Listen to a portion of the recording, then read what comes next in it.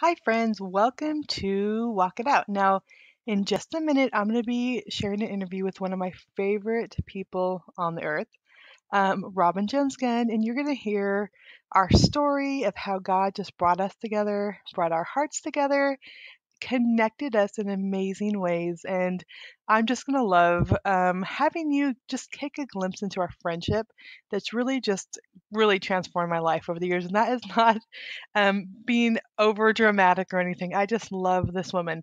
But before that, can you believe that it is May? I'm already like thinking that I need to start preparing for Christmas. That might be a little crazy, but we have 23 members of our immediate family talking about my kids and my grandkids, our officially adopted kids, bio kids, and unofficial ones. We have a big family. I need to start shopping around, looking for items, tucking them away. The funny thing is, though, when I tuck items away and then don't find them until later, like but we have birthdays throughout the year too, so I can pull those out. But I love May for a few reasons. Right now, my daughter and granddaughter are visiting from the Czech Republic, so I'm loving spending these warm days out, going on walks, and enjoying my baby granddaughter. But for me, May is also special because my first trip to Europe was in May. I remember going around Europe and in Austria and seeing the Maypoles and the decorations, and that's just so special to me.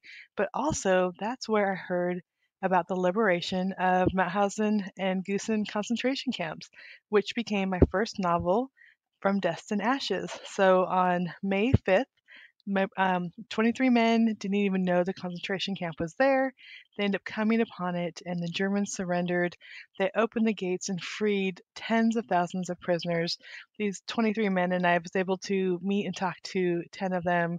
And then the first person into the camp who was caring for the prisoners is a Nazi officer's wife, and she hadn't liked what had happened. She'd lived outside the gates, and this is all true story here. Her husband had fled. He was an officer. He had fled to escape the Nazis, and she ended up going in. And as soon as the gates were open, she was caring for the prisoners. And that became my first novel, From Dust and Ashes. So May has a lot of meaning to me. Just that first trip to Europe, that first novel, and then meeting those guys, and it all centered around the liberation, which was on May 5th, and then May 8th, of course, 1945 was the end of World War II in Europe.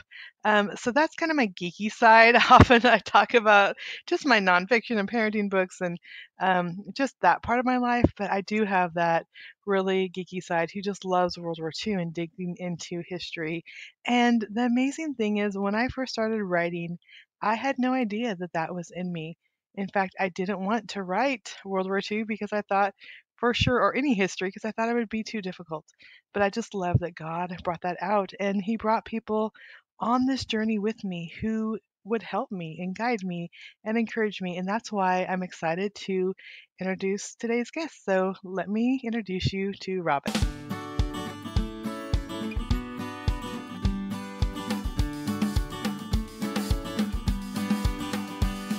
You're listening to Walk It Out with Trisha Goyer, where we discover what it looks like to follow God and be swept away on the journey of a lifetime. Author of over 70 books, mom of 10, yes, 10, homeschooler and speaker, Trisha Goyer will explore what radical obedience to God's word looks like. It's time to hear from God lovers who've dared to say yes. Listen in to heart chats and learn how others overcame doubts and fears. Discover how God used ordinary people to impact others one step at a time.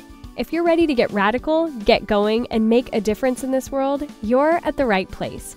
Here's your host, prolific writer, world traveler, people lover, and mega nap taker, Trisha Goyer. Well, I am so excited on my podcast today to have one of my sweet, dear friends, and we've been friends for a long time. We could talk for hours and share lots of stories of God's goodness in our lives, but I would say definitely on my writing path, Robin Jones Gunn has been one of the gifts that God has given to me. So I am so excited to have her. So Robin, welcome to Walk It Out. I am equally excited to be here. And I would just love, and I know most people would probably know who you are, but I would just love for maybe someone who doesn't, just for you to share a little bit about yourself and your writing. Well, I started a long time ago, 30 years ago, and I was writing books for children, articles, and some devotions. And my husband was a youth pastor. So I had this defining moment when everything changed. That was when we were on a camping trip. We were with a bunch of teenagers, and all these girls were hiding out in their tents reading books. They'd gotten the books from the library, and they had a stack of 30 books. And I crawled in the tent and said, "Let me see what you're reading." And after I had read 3 or so of their books, my heart was aching, and I said, "I Mm, don't want you to read these books. You're 13 years old, and the material in the content is so evocative in these romance novels. It's just, does your mother know this is what you're reading?" And the girls said, "Well, we just like to read. We got them at the library, and we go every week. So if you don't want us reading these books, then why don't you write something for us?" And I just could never imagine writing an entire book. I've now written 100, but at the time it was overwhelming. And those girls challenged me and said, "Well, how about if we help you? How hard could that be?" I took the challenge. It was very hard, but we worked together for 2 years. Every week I would read to them what I had written and they'd tell me what to change. I sent it off to publishers, had 10 rejections, but that first Christy Miller book for teens was picked up and published, and the response was so strong that the publisher asked for a second and a third and a fourth. And suddenly I had an entire Christy Miller series that led to the Sierra Jensen series for teens. And then that grew into the Glenbrook series. And then I went on to write nonfiction books and some other Christmas novellas and the Sister Chick series for women in midlife, which was a really fun travel series to write.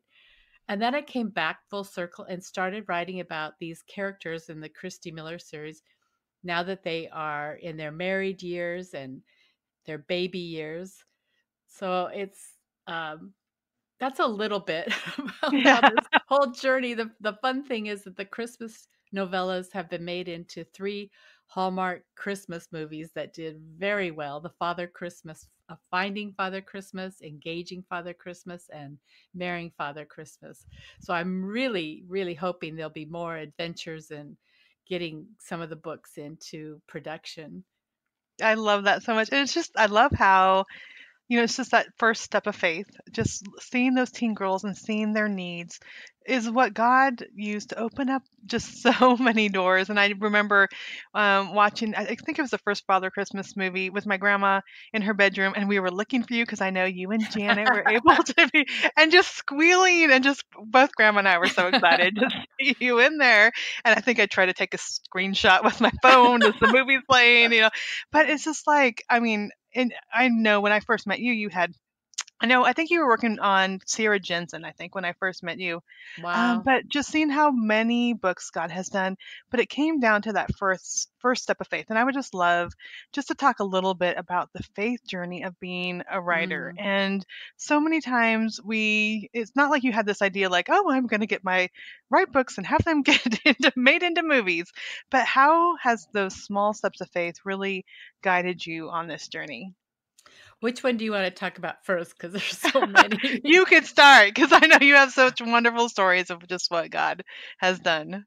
Well, the movies are really interesting, so I'll start there. I had written the book because an editor asked if I ever had considered writing a Christmas novella. And this was probably 15 years ago. Yeah, 15 years ago. And I actually had some ideas, but I went to my agent, Janet, and said, "I have some ideas, and here's this editor that I ran into at a conference." And so she said, "What's your idea?" I told her, and she goes, "I like that. Why don't you put it together a summary and I'll send it to him?" And suddenly we had a contract, and it just was this open space in my schedule. And I wrote from my heart this little Finding Father Christmas about a woman who's on the hunt to find her birth father. The book took surprisingly, I think that was the shortest amount of time it took me to write a book. But then there's always the rewrites, and it was a Mhm. short Christmas novella. But I thought that was it. There, that was fun. And then Janet came back and said they'd like to have a sequel, which I wrote and rewrote and tried to get just right. It was a lot of work. And then nothing happened. The books didn't really sell. They didn't want a third book. It was just there. That's the walking it out, right? That's the step of Mhm. faith. Mhm. Like that, I'm not really sure what that was, but I did the hard work. And then, as a result of a phone call that came into the agency asking about Christmas stories for potential Hallmark movies, Janet sent some novellas, and mine was one of them, and that was the one that these independent producers picked up and wanted to, so it's all behind the scenes, isn't it? It's like Mhm. we can't control that. You just show up and do your part, do the work, be faithful, and God puts all these other pieces in motion. So from the time that Janet got the call until when the first movie started into production was a good 5 years. It might have even been more. And I'd given up hope. But I was Mhm. at a women's Bible study, a group of women from my church, and we were in this study group. Uh, the theme was believing God, and my prayer partner in the group asked what to pray about, and I said, I don't know why I keep thinking maybe this book will be made into a movie, but could we pray about that? Because it's been dead in the water for years and years. And we started praying. And then everyone else in the group was, oh, let's pray for that. That was a group coming together, praying for this, for that God would open the doors, because there's such a behind the scenes and spiritual battle we don't even know about. And it was just a really kind of cohesive thing that happened to this group of women. We all really were asking each other, how are you praying? How's it going? I just bring that up because it's so important on our journeys that we have others that are coming alongside and praying with us and really caring about the things that God's doing in our lives. And then I was speaking at Mount Hermon. I love this part because it's so God. I was at Mount Hermon as keynote speaker. First night I finished, I sat down and my friend Bill Myers was going to close us in prayer. And I said, okay, Bill, go ahead and um, just you got come on up here and close off whatever it is that God's leading you to say to the group here at Mount Hermon. Well, I'm sitting in the front row, and Bill said, okay, I want everyone to just ask the Lord what it is that he wants you to ask of him. And I didn't ask anything. I didn't pray. I was like, I'm good. God, you've already done so much. Yeah. Exactly. And then I felt this rustling in my spirit, like, really? You're not going to ask me anything? And I said, oh, Lord, I'm so sorry. Yes. What do you want me to ask you? And there was just like this roar through my spirit. Like the Lord was saying, I want you to ask me for more. And I looked around to see if anybody else had heard it. And I went back to my room, and Janet was my roommate that year. And I asked her uh, if she'd heard anything, or, what was it like when she prayed? And I definitely was the only one that heard that. So Janet and I are talking about what's next, what projects, what should I be working on? And I told her, I really felt like God wants me to ask for more. She said, more what? I said, I don't know, but maybe it's the movies. Let's pray about the movies. And so we did. And 3 days later, we received a phone call that Hallmark had given a green light to the first Father Christmas movie. We really felt like this was an act of trusting God and just asking him. And it made me realize how much of my life, I feel like I'm good. You've been so good to me, God. I wouldn't dare to impose upon you. But he invites us to just ask of him. It doesn't mean he's going to give it, but it's his choice. But that we're his children and we love him and we come to him and, Father, may I have this? Father, would you do this? Father, could this happen? And that act of faith is what just drew me so close to the Lord, so that when everything went into production and Janet and I were able to be on set, there was just such a sense that God was with us. It was very much Emmanuel. He is right here. And I just love that. It's like he has this desire for you. I mean, he had this good plan for you, but he wanted you to ask him. He wanted you to seek him in that. And then, it's even as you're on the set that you're getting to fully see that it's not just about this book, it's not just about the story, but he was working, even with the actors and on the set and the second movie and the third movie. It's like he's like, Yeah. I do have so much for you, but I want you to ask and I want you. And it reminds me of, we just had Christmas and, when we know what the things we want to give our kids, you'll be stopping in the store like, oh, wow, these are really cool. Or, just kind of like, wouldn't this be cool? Or wanting them to desire these things because you have good gifts for them. And so, Yeah. Yeah. That's a good way of saying it. And that sense that it started with me even asking, what do you want me to ask you for?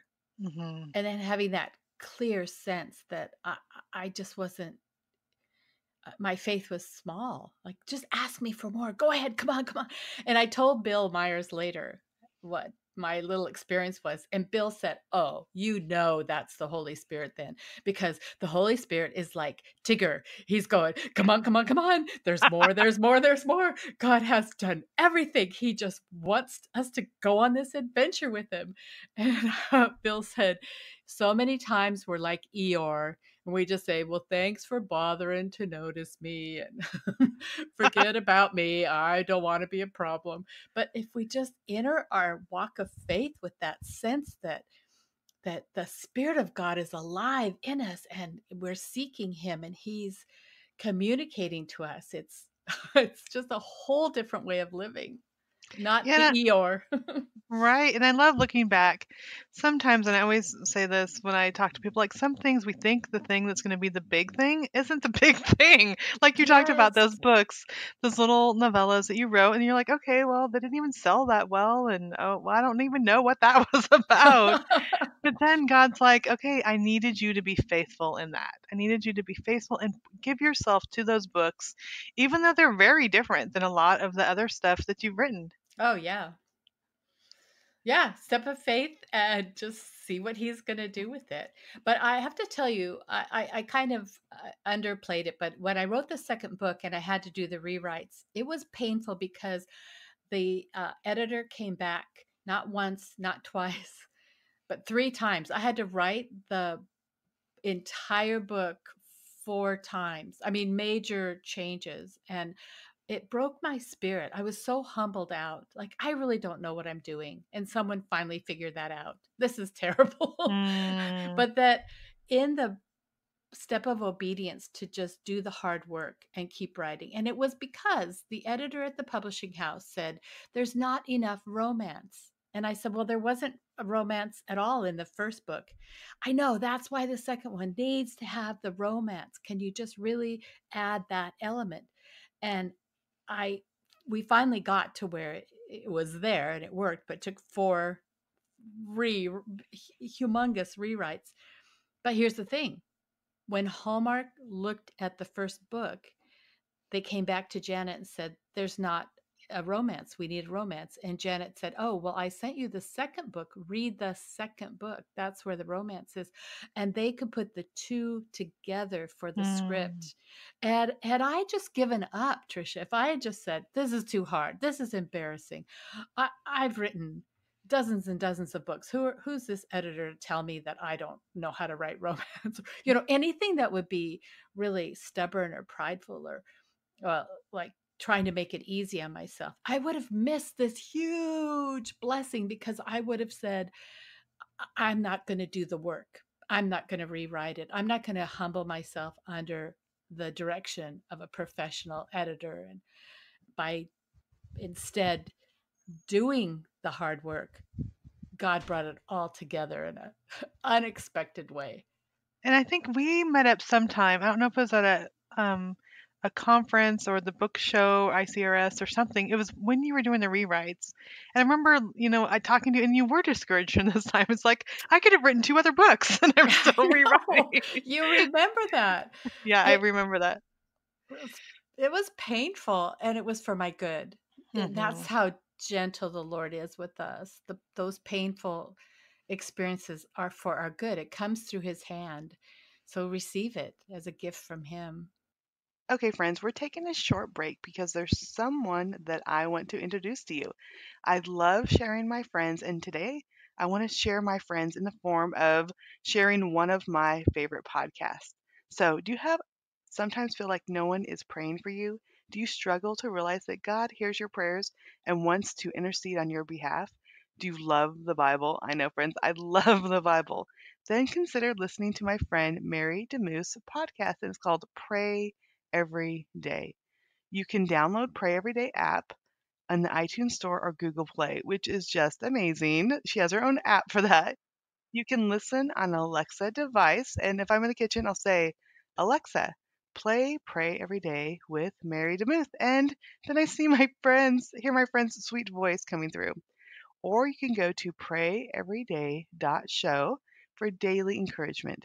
Mary reads the scripture, then prays for you according to that scripture. And these are not fluffy prayers, friends. These are heartfelt prayers. I've been listening for a year now, and I can tell you it's deeply influenced my joy and helped me to know that God is always with me. So be sure you check out Pray Every Day by my friend Mary. I'm going to talk about something else too, and I think I'll call it the rebirth of Todd and Christy Yes. because you had these. I mean, I remember reading the Christy Miller series, and I think maybe you were writing some of the last ones, and I remember just like having to be patient and wait. And I remember talking to our friend Wendy Lee, and she's like, Mhm. I've had to wait from book one. So don't complain about having to wait 6 months. We've had to wait. So, I mean, but they're books that are just so easy to fall in love with. And you had readers that kept coming back. What happened to them? What happened to them? But I also know that, you got some rejection and had to kind of go off on your own. Do you want to share a little bit about those steps of Yeah. faith? Because my agent could not get a publisher interested in Christy and Todd, the married years, Mhm. my husband encouraged me, and I chose to self-publish. And of course, the publishers are saying there's no romance. they're they're married, But I just knew that there was a need for books that showed what married life was like for a young couple, to delve into some of the issues that these characters were dealing with: loss of a job, why can't we get pregnant, how are we going to work out the conflict with extended family, why don't we ever have any money, these Yeah. just pretty universal issues for young married. And when I had the freedom then to self-publish, which wouldn't have been the case a couple decades ago, but Hmm. to be able to take that step, and it was like the beginning. It was a rebirth because I had to get that feedback like I did from the teenage girls. I had to learn everything all over again about how to find an editor and to get the books put in the right format, so I became a publisher as well as a Hmm. writer, and I'm so glad I did. That was my husband's nudging, just as his nudging in the very beginning that I should go to the first writers conference I ever went to. And I don't know why I'm still so stubborn. I just kind of like fold my arms and go, I don't know. I don't know. and, and then it's so good because of what comes out of that. So that's what happened with Christy and Todd, the married years. There are 3 books. And then I went on and wrote the baby years, 3 books. And I could write them just in a stream so that the characters felt really consistent. And now I've written Becoming Us, which is the first book in the Haven Maker series, and it's about Christy in married life with little kids. and what it's like to connect with other women in that same season of life. So Becoming Us is really a book about friendship, but it's Mm. all part of the Christy and Todd franchise, I guess you could say. And that book now, Becoming Us, is being published by Multnomah, the publisher I've worked with for decades, because then I was able to bring this character to a place where the topic was in sync with the kind of books they were looking for, friendships of women and that kind of growing close in a community. So it's really full circle. Had I Yeah. not done that bridge of the self-publishing, I wouldn't be where I am now. So I guess that's where I want to say that anyone listening who's feeling like I'm just so discouraged, well, you know what? I get that, but you have to take that next step of faith and Mhm. ask God what he wants you to do, and then trust him like you've never trusted before, and do the hard work, and you will be amazed at what he will do. Yeah, and I think sometimes try to figure out the whole thing.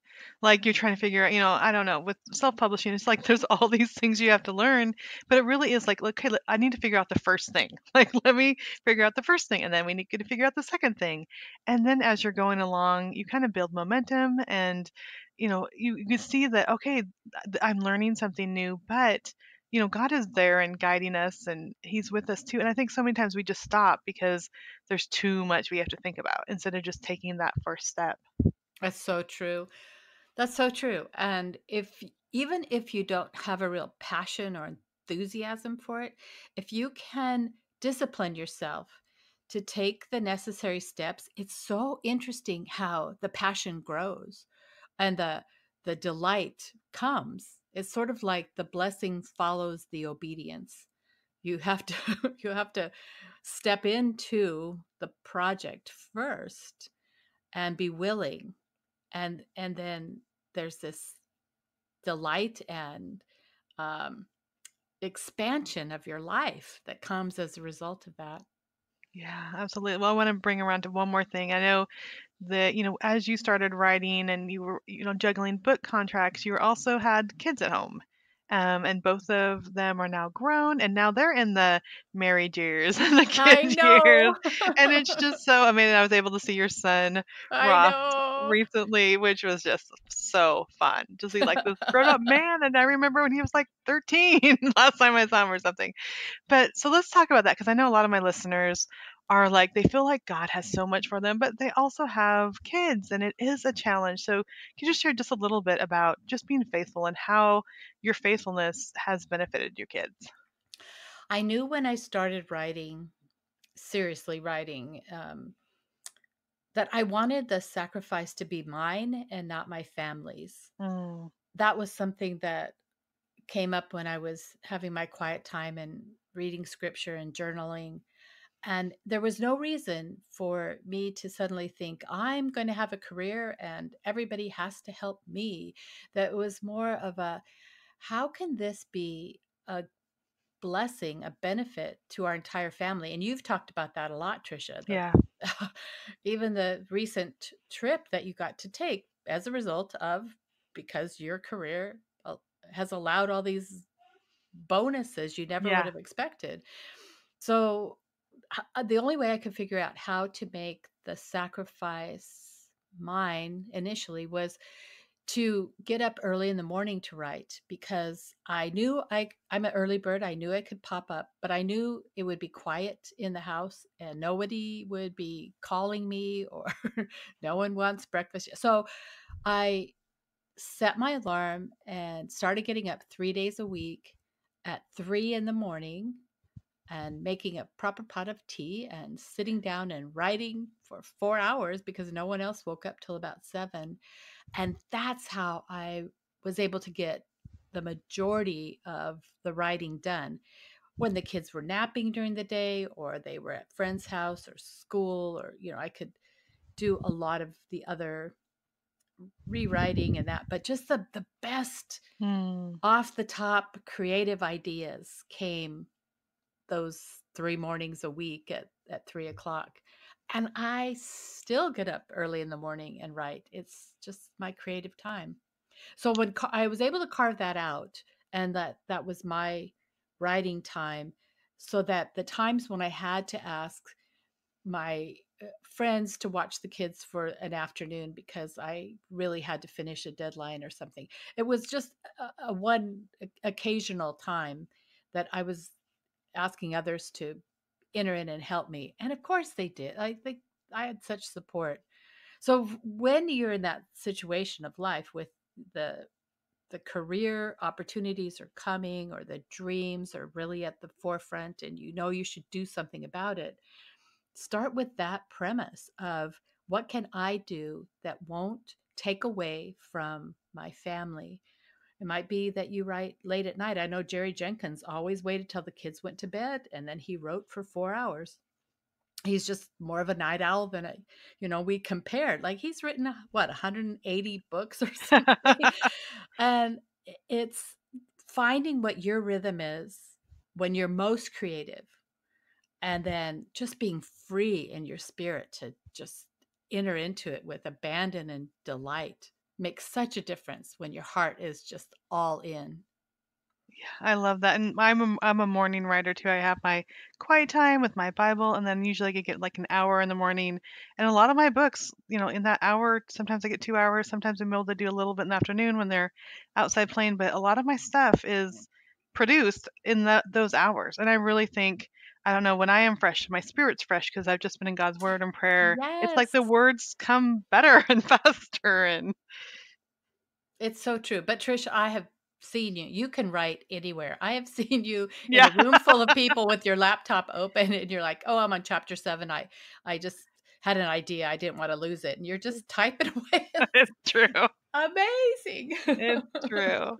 Now, I want to talk about too. So we talked about a little bit about. I mean, and I totally agree. I mean, I try to have dinner with my family every night, and I'm cooking, and it's like they still have mom. I'm homeschooling, so they still have mom during those times. But also, what benefits have you seen with your kids now that they're older? Just the benefits of you and your work and your ministry and your heart, just of following God. Oh, that's a really good question, because I have the advantage of looking back over my shoulder, and that's where a lot of listeners with small kids at home, you can't see that path before you. But now I look back, and I know that the benefit has been that I shared with them what I was working on, so they felt like they were part of it, and I listened to their ideas. I'm telling you, my kids gave me some of the best ideas for Mm. my books. And I received from my husband really great advice along the way, as I've said, so that they saw the ministry that was there. When I would get letters from readers, I would let them read them. I didn't like sit down and read read Yeah, them, but exactly. just that whatever was going on as a result of the writing adventure, that it overlapped into our family life. Then when I had events that I could take the kids along, I would take them. One time I had something in Canada, and I took just our son. He was probably 16 at the time, and he brought his skateboard. So at this event, there's all these, was at a school, and there's all these teens. So he's teaching them how to do flips on the kick on the skateboard.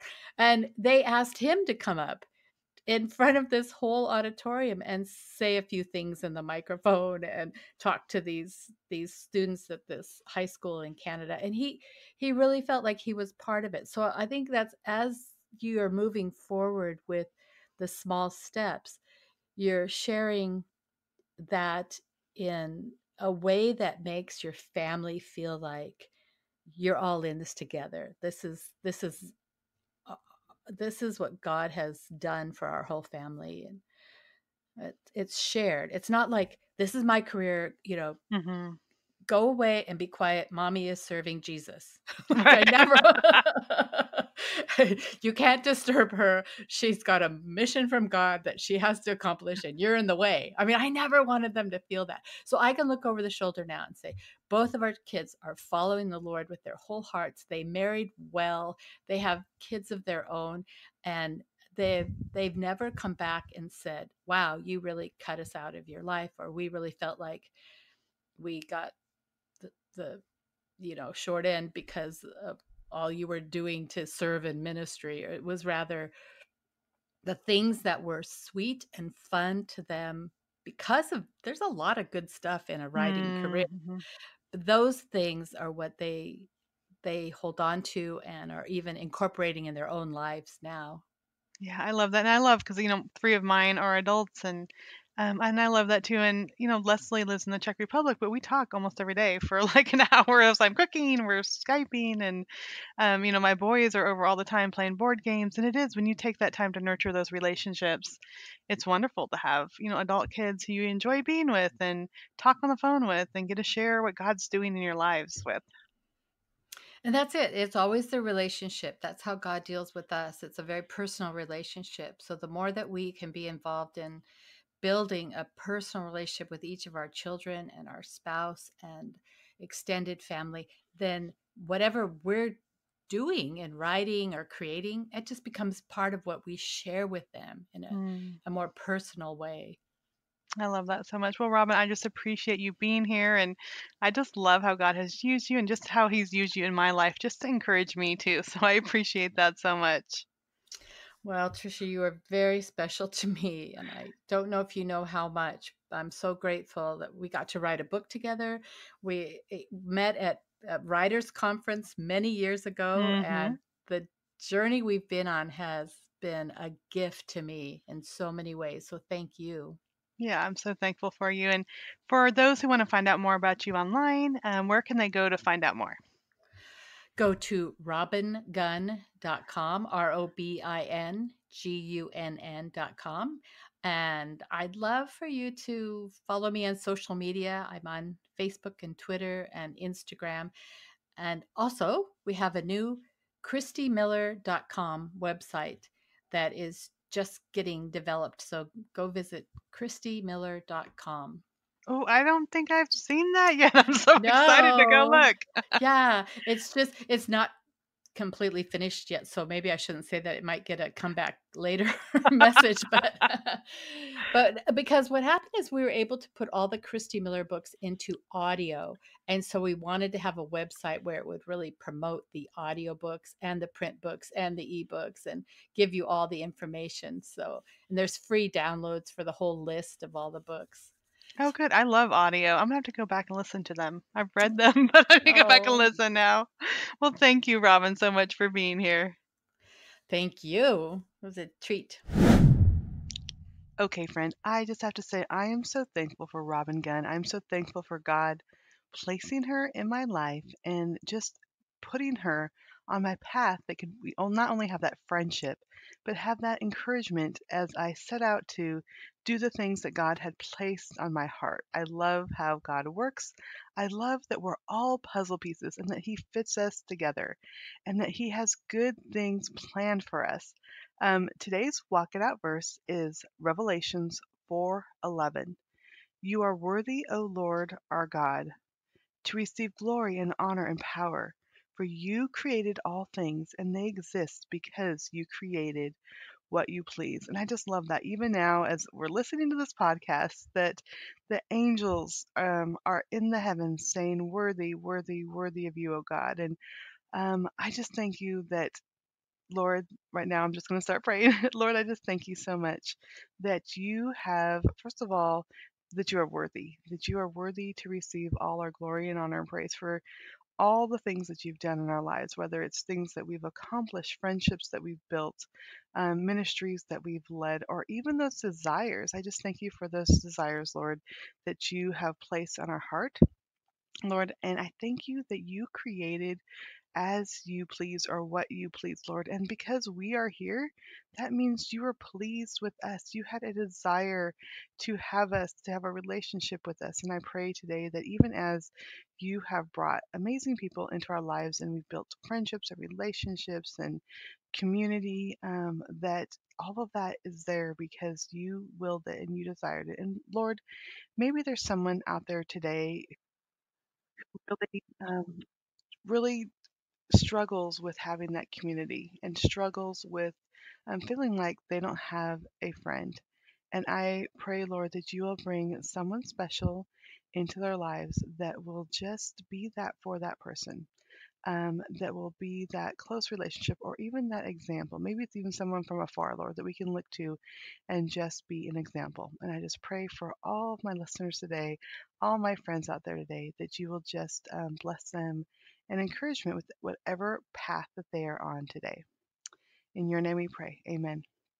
Well, friend, I am so thankful that you have tuned in with me as I've just shared my heart, shared my friend.